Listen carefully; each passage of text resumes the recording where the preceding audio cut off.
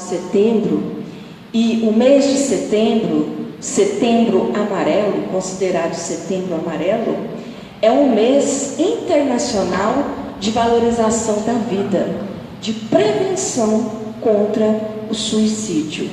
Então, o tema proposto para a noite intitula-se O Valor de uma Encarnação. Nós vamos abordar o valor de uma vida, da existência física aqui na Terra. Precisamos recordar, porém, que a esfera física, ela é a esfera da continuidade, ela é a esfera da reparação, da renovação, da reconstrução em nossas vidas. E a esfera espiritual, ela é a esfera da continuidade da vida, tá? Também agradecemos a Deus a valiosa oportunidade de aqui estarmos reencarnados. A reencarnação, considerada manifestação da misericórdia divina, nos oportuniza o crescimento para Deus. O que seria de nós se não tivéssemos a bênção do recomeço? Como poderíamos reparar os nossos erros? Como poderíamos reiniciar a nossa tarefa que ficou inacabada no passado? Como poderíamos retomar a nossa caminhada e nos ajustarmos com aqueles para o qual aqueles somos devedores, né? Como poderíamos continuar o nosso caminho evolutivo em direção a Deus? Diante de tantas dores, de tantas lutas, de tantos sofrimentos, diante de tantas decepções, diante de tantas amarguras que vivenciamos nesse mundo de prova e expiação, diante das mágoas e desilusões, diante de tantas enfermidades, de tanta dor, veja este irmão que hoje habita um corpo altamente defeituoso, mas precisamos encarar isso como manifestação da bondade divina, como processo de reparo, como processo de crescimento, de reajuste. Diante de tantas desditas, de tanta atrocidade, poderíamos fazer para nós mesmos: por quê? Será que vale a pena viver? Como já dissera um grande poeta, tudo vale a pena quando a alma não é pequena. Tudo vale a pena quando trazemos a esperança no coração, quando acreditamos no amor, na fé operosa, na fé que constrói e que não faz com que avancemos para Deus. Mas muitos irmãos não entendem isso e resolvem pôr termo à própria vida. Hoje nós vamos então falar sobre a obra Memórias de um Suicida, a obra mediúnica Memórias de um Suicida, que relata a história de alguns irmãos que puseram termo à própria vida. Antes, porém, entendamos que Deus é manifestação de todo o poder. E o suicídio, ele é um ato, sim, de rebeldia da criatura para com o Pai, para com o Criador. Por misericórdia divina, todos nós estamos hoje vivendo no lugar certo, junto com as pessoas certas, vinculados a experiências difíceis e dolorosas, mais certas ainda. Tudo isso necessário para o nosso crescimento e para a nossa evolução. Mas muitos não pensam assim, não aproveitam a oportunidade de evoluir, não souberam, não conseguiram aproveitar e põem termo à própria vida. E o pior de tudo, quando despertam do lado de lá, descobrem que nada terminou e que a vida agora continua, mais penosa e sofrida, em outro plano, em outros corpos. Memórias de um Suicida é considerado um verdadeiro manual de prevenção do suicídio. Ela relata a vida post-mortem, pós-morte, de um suicida. E também nos ensina que há sempre um caminho de retorno e reconstrução para nós, criaturas faltosas e arrependidas. Que também há sempre esperança e que a reabilitação é sempre possível, porque Deus não desampara nenhum dos seus filhos. Como é que foi escrito esse livro? Ivone do Amaral Pereira, desde 1926, ainda na juventude, em desenvolvimento da sua mediunidade, ela recebia apontamentos de espíritos suicidas. Ela frequentava um centro espírita na cidade de Larvas, no interior de Minas Gerais. Mas um dos espíritos que se comunicava com ela chamou a sua atenção pela assiduidade e simpatia. Se tratava de Camilo Castelo Branco, um eminente escritor português, fecundo e talentoso escritor português. As mensagens, elas não eram psicografadas. O que acontecia com a médium? Durante o sono, acompanhada de espíritos amigos, em processo de desdobramento espiritual, Ivone Amaral Pereira transitava pelo Vale dos Suicidas e observava e conseguia registrar naquele lugar os mais significantes detalhes, como, por exemplo, uma camada de pó sobre a mesa, um crepitar das chamas de uma lareira, o brilho de seda de um vestido, o odor fétido daquele ambiente. Ela registrava tudo de forma minuciosa e grafava no papel. Os apontamentos, porém, não tinham efeitos doutrinários e românticos. Eram de natureza vaga. Ela simplesmente ia escrevendo a esmo, né? E tempos depois, Camilo se fez visível a Ivone, participando da sua reencarnação. Ela, como não era escritora, não se viu capaz de redigir aquelas mensagens. E o que ela fez? Ela orou muito, pediu auxílio e engavetou esses apontamentos que ficaram guardados por 8 anos consecutivos. Até que na espiritualidade maior, o espírito de Leon Denis foi incumbido de coordenar a empreitada, e aí sim nasceu a obra Memórias de um Suicida, considerada uma lição de arrependimento e renovação. Essa obra então se tornou realidade aqui na esfera física. E ela começa descrevendo o Vale dos Suicidas, um lugar desolador e difícil, repleto de vales profundos e gargantas sinuosas, cavernas sinistras e covas profundas. O solo é coberto por uma lama pegajosa, escura e de odor repugnante. Parece esgoto a céu aberto. O ar é asfixiante e gelado. Quem respira parece inalar cinza misturada a cal. Não há sol nem luz, calor ou vento.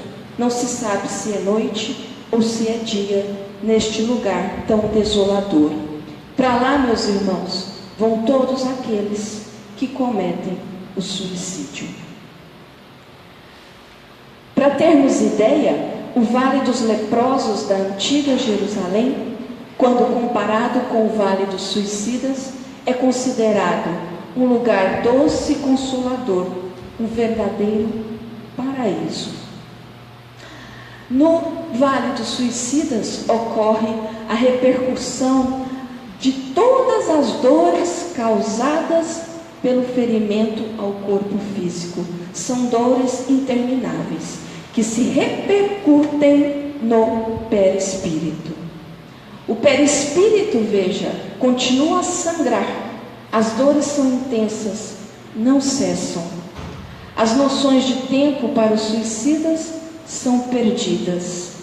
Tem-se a impressão que o sofrimento perdura por séculos e continua por toda a eternidade. Podem permanecer lá por horas, dias, meses, anos, séculos, milênios, mas geralmente o tanto de tempo que ainda restava para o término normal daquela encarnação. E por que o espírito fica mentalmente preso ao seu corpo físico, já morto e em decomposição? Porque o elo entre os campos magnéticos do espírito e do perispírito ainda estão muito presos ao fluido vital imanente no corpo físico. Os laços fluídicos que unem o nosso perispírito ao corpo físico não foram desatados de forma natural, foram violentamente rompidos, abruptamente rompidos. Por isso, o espírito e o perispírito acompanham todo o processo de putrefação do seu corpo. Os órgãos de um suicida poderiam ser eventualmente aproveitados em transplantes? Claro que não. E por quê?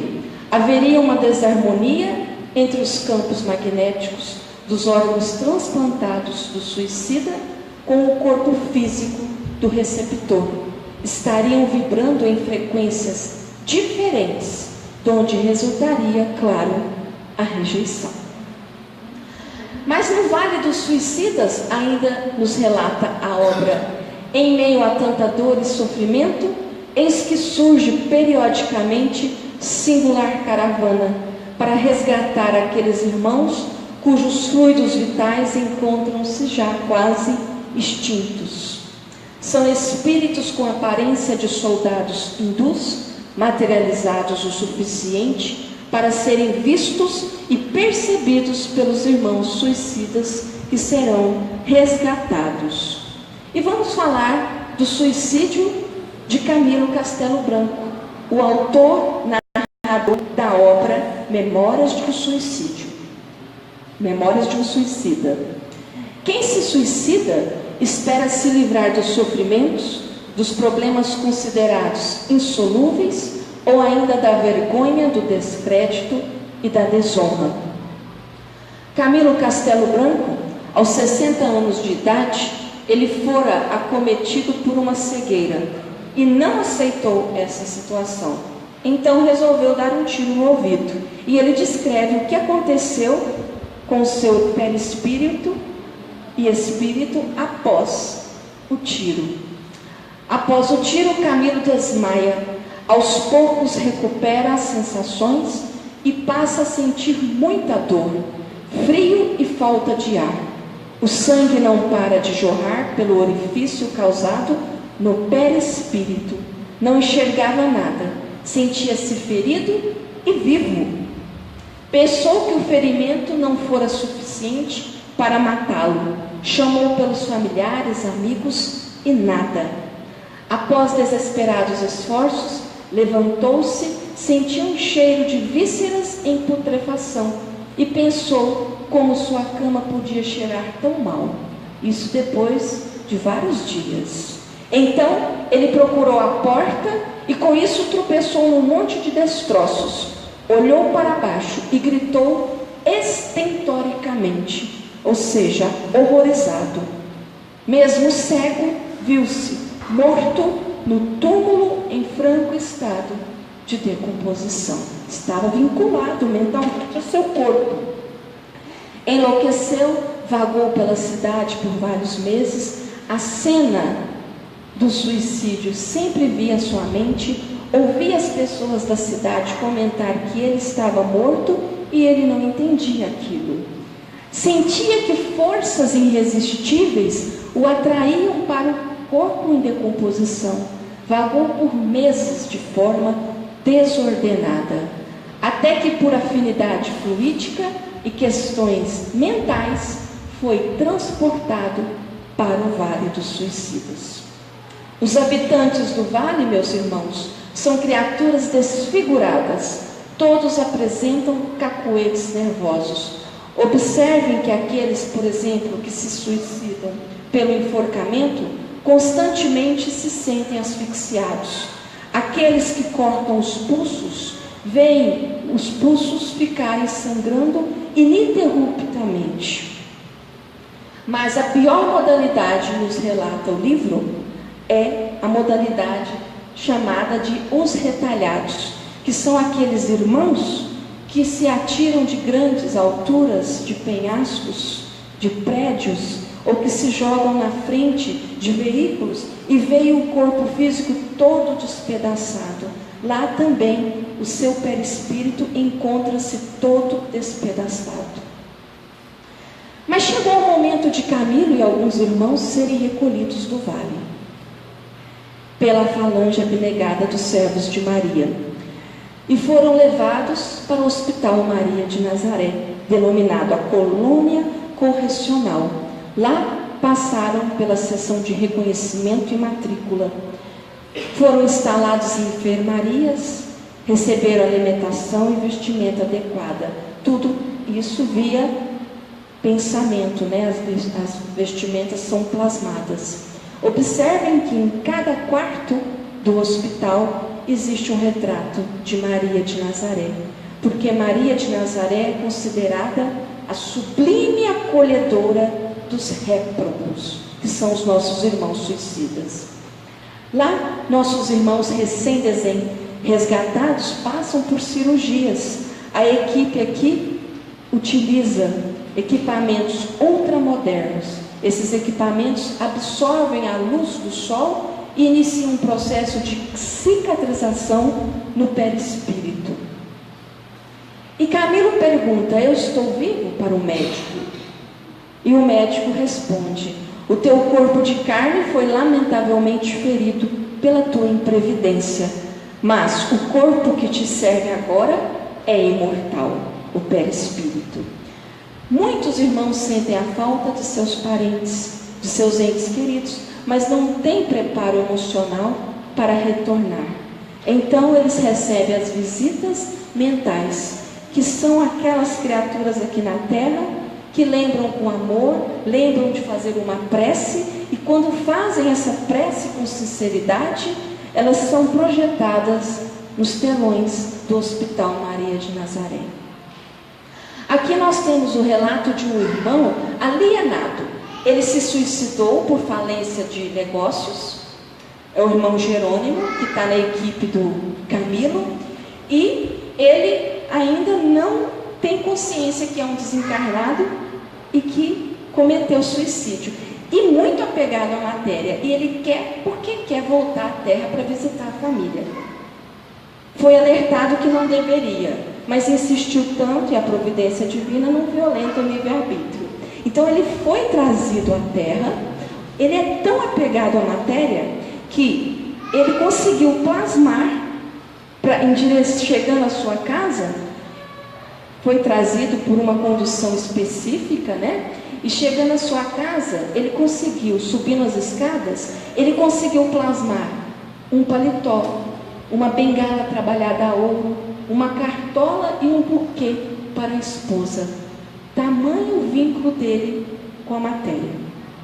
Ele chega em casa e observa que tudo mudou e que 13 anos se passaram da sua partida. Procura pela filha e não encontra. Espíritos zombeteiros se aproximam dele e lhe comunicam que a filha e a mãe e a esposa encontram-se hoje vivendo às custas de prostituição e que o filho querido foi preso. Ele não aguenta isso e logo em seguida é levado para o hospital sob fortes crises mentais provocadas pelo remorso. Ele não aguentou. Lá no hospital, muitos irmãos suicidas agora podiam compreender o que de fato lhes acontecera, e todos foram informados da indispensável necessidade de reencarnar. Aqui vocês veem na imagem, é uma reunião de experimentações psíquicas, onde eles descobrem por que e como se suicidaram aqui na Terra. Apesar do amparo e esclarecimentos que recebiam no hospital, muitos irmãos não conseguiam reconhecer a própria situação de espíritos imortais, pois estavam fortemente presos às energias da matéria. Então, meus irmãos, acontece aqui na Terra, nas casas espíritas, as reuniões de assistência aos irmãos suicidas. É através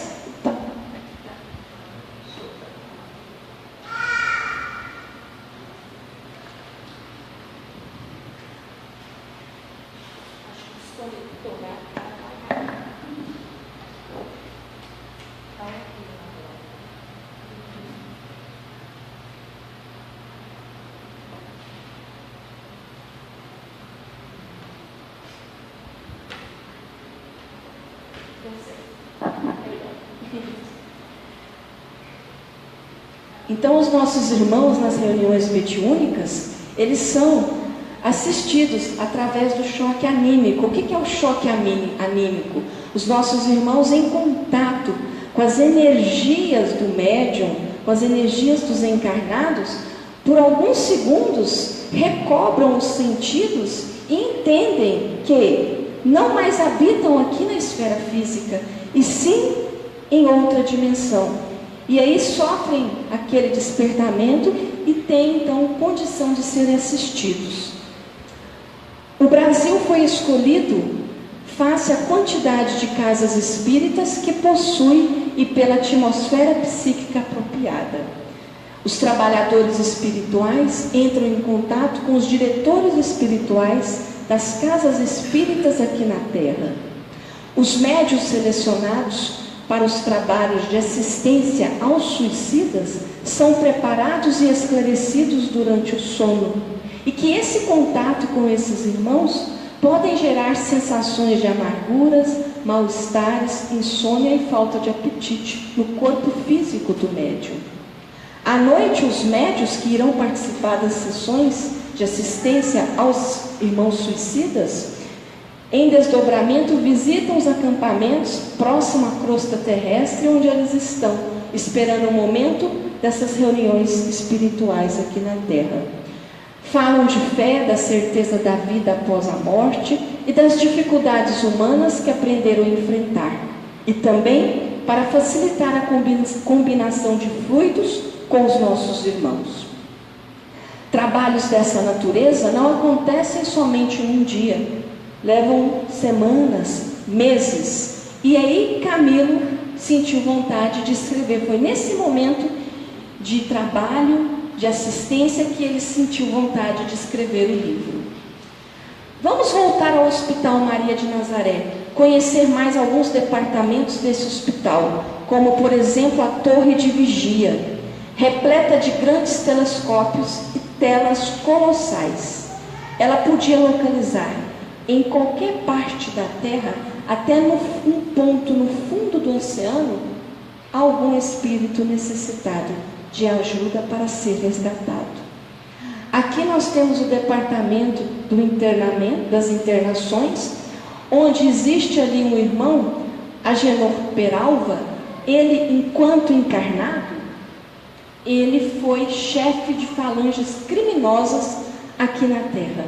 E ele não tem permissão para retornar à Terra. Mas Maria de Nazaré intercede junto a Jesus por ele. E então ele consegue retornar à Terra para uma nova tentativa de reparação. Ele conheceu também o manicômio. O manicômio é um local onde se encontram aquelas criaturas que aqui na Terra se mataram lentamente pelo vício de todas as ordens e que vão reencarnar logo rapidamente, né? E quando reencarnarem, serão os futuros enfermos das doenças incuráveis, porque o perispírito está muito lesado. Então são aqueles irmãos portadores de câncer, paralisia, idiotia, esquizofrenia e tantas outras doenças incuráveis que conhecemos aqui na Terra. Camilo Castelo Branco também conheceu o departamento da reencarnação, por onde o espírito que necessita retornar à Terra passa por essas sessões, principalmente pelo planejamento do corpo físico, do seu futuro corpo físico, e pelo laboratório de restringimento. O que é isso, o laboratório de restringimento? O espírito e o perispírito do futuro reencarnante sofre uma compactação, atinge a condição de corpo mental, e é o corpo mental, durante a fecundação, que vai se unir ao futuro corpo físico que nós habitamos hoje aqui na Terra. Eles participam do planejamento dos corpos, e aqui um ensinamento de Jesus, a cada um segundo as suas obras, né? Se esse corpo vai ser mutilado ou não, se vai adquirir uma doença no decorrer da existência ou não, né? Então não se nasce assim por acaso, não se tem membros assim por acaso. Na verdade, isso é manifestação da justiça divina, porque talvez a ausência desses membros seja um antídoto para esse irmão não falhar novamente, né? É uma ajuda da espiritualidade.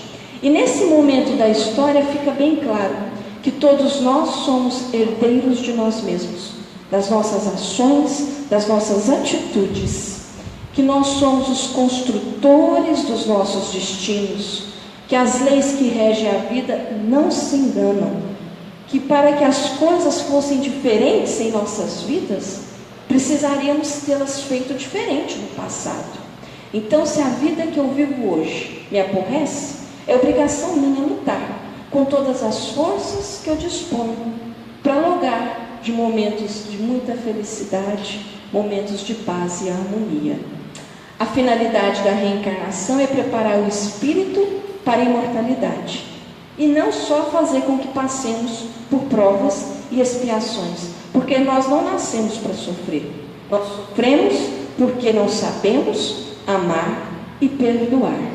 Aqui Camilo, já consciente do trabalho, do que acontecera com ele, e já dando assistência às criaturas aqui na Terra que têm desejo de também colocar termo à própria vida. Antes de reencarnar, Camilo passou pela Universidade Esperança, próxima ao Hospital Maria de Nazaré. Cursou todas essas matérias, teve contato com instrutores da época de Jesus, aprendeu sobre a evolução do planeta e ele foi convidado a fazer uma viagem no tempo para entender por que ele, na sua última encarnação, ficou cego e por que também ele se suicidou. Então vamos acompanhar a história de Camilo. Ele se viu no ano 33 antes de Cristo, era uma criatura invejosa e nutria ódio por todos. Segue o curso.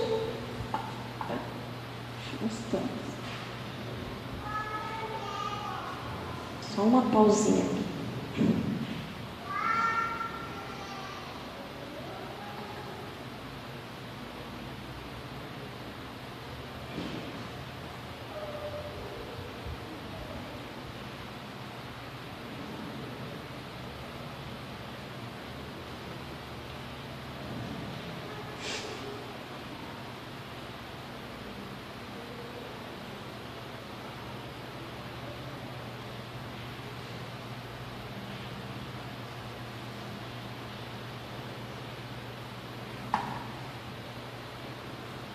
Muito bem, vou fazer assim, porque senão vai pesar um pouquinho.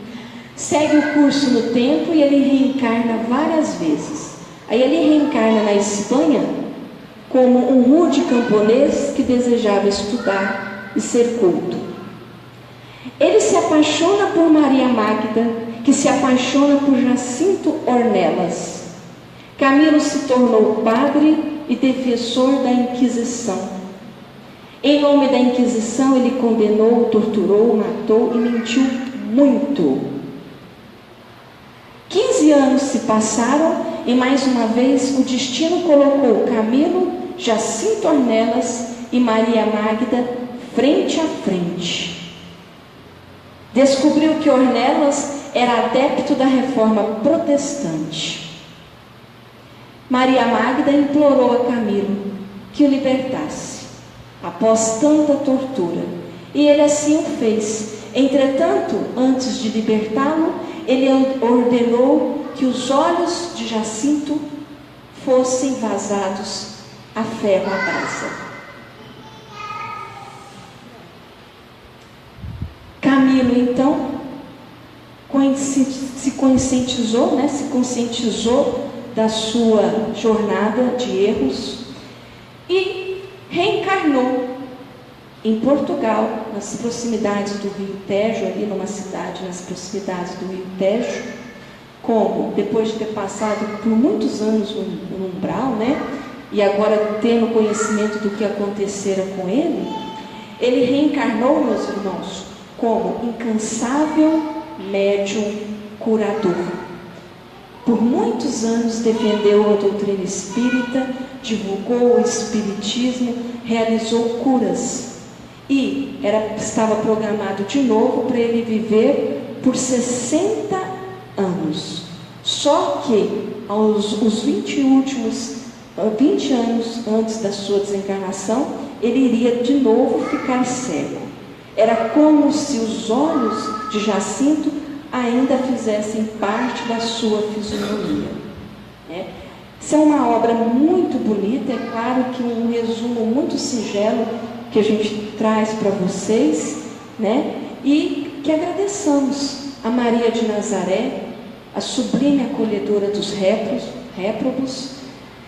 O céu jamais esquece os seus filhos, então a dor, ela não é eterna, E lembremos também de Irmã Sheila, no Espírito de Luz, que nos ensina: não lamente, trabalhe, porque muitos estão à nossa espera.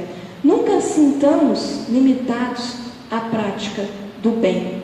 Vejam quantos necessitam do nosso amor, quantos necessitam da nossa compreensão, do nosso perdão, do nosso telefonema, do nosso abraço, do nosso aperto de mão. A vida se renova a cada amanhecer. Então é imperioso que nós criemos no nosso coração um espaço para que o amor floresça e que possamos ser úteis àqueles que necessitam, àqueles que estão carentes, principalmente o próximo, mais próximo, o nosso familiar. Muita luz a todos.